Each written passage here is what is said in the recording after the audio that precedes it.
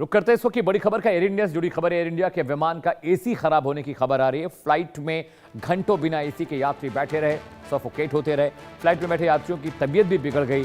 दिल्ली से इंदौर जा रही थी फ्लाइट। इंदौर के लिए 3 घंटे डिले के बाद फ्लाइट उड़ान भर पाई है। तस्वीर आपकी टीवी स्क्रीन पर है। एयर इंडिया का केबिन क्रू आपको वहां पर लोगों को सर्व करता दिखाई दे रहा है। एयर इंडिया का जो केबिन एसी है वो खराब हो गया था, जिसकी वजह से घंटों यात्रियों को गर्मी में बैठना पड़ा, सफोकेट होना पड़ा, और जिसकी वजह से 3 घंटे फ्लाइट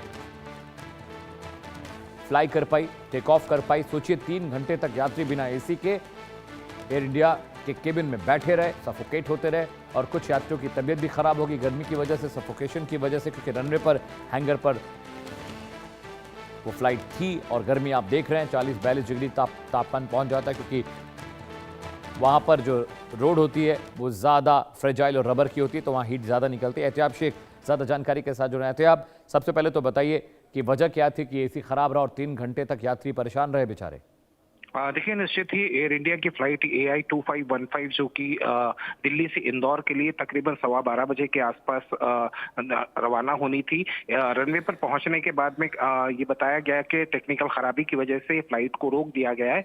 उसमें एसी चालू नहीं किया गया था। तकरीबन 2-2.5 घंटे तक पैसेंजर्स उसी फ्लाइट के अंदर मौजूद रहे, केबिन के अंदर मौजूद रहे, जिसकी वजह से सफोकेशन हो रहा था। कई सारे यात्रियों ने इस मामले के अंदर एक्स पर अपनी शिकायत भी दर्ज कराई। उसके बाद में उन्हें वापस टर्मिनल पर लाया गया और टर्मिनल पे आने के बाद में यात्रियों ने दिल्ली एयरपोर्ट पर हंगामा किया।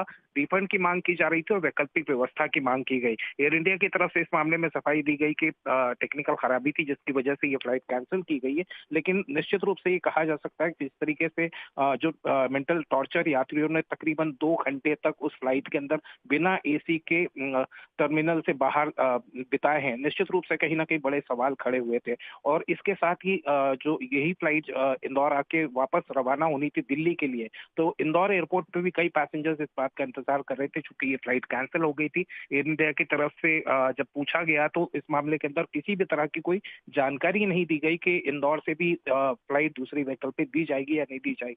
निश्चित रूप से इस बात को लेकर यात्रियों में भारी रोष रहा और कई सारे यात्री इस पूरे मामले के अंदर अपने वीडियोज को भी वायरल करते हुए नजर आ रहे। वहीं एक्स के ऊपर एयर इंडिया को टैग करते हुए उन्होंने कई शिकायतें दर्ज कराई हैं। जी,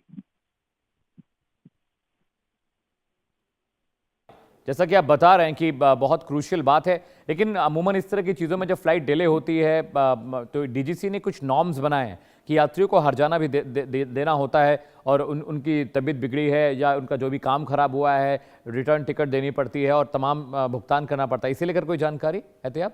एब्सोल्युटली। देखिए, निश्चित रूप से सभी जो शिकायतें थी DGCA को शिकायतें की गई थी, साथ ही साथ सभी तमाम हवाले दिए गए थे कि नियमों के अनुसार उन्हें वैकल्पिक व्यवस्था दी जानी चाहिए ताकि यात्री अपना काम आगे आने वाले गंतव्य पर निपटा सके। लेकिन इस मामले के अंदर एयरलाइन की तरफ से ये कहा गया कि कुछ समय इंतजार कीजिए। हालांकि इस मामले के अंदर सफाई ये दी जा रही है कि दूसरी वैकल्पिक व्यवस्था दी गई है, लेकिन अब तक जो मुझे अपडेट मिल रही है कि वो यात्री जो दिल्ली में फंसे हुए थे उनके पास में नहीं पहुंची थी कोई वैकल्पिक व्यवस्था। अब ये बताया जा रहा है कि वो यात्री रात तक इंदौर पहुंचेंगे। जी,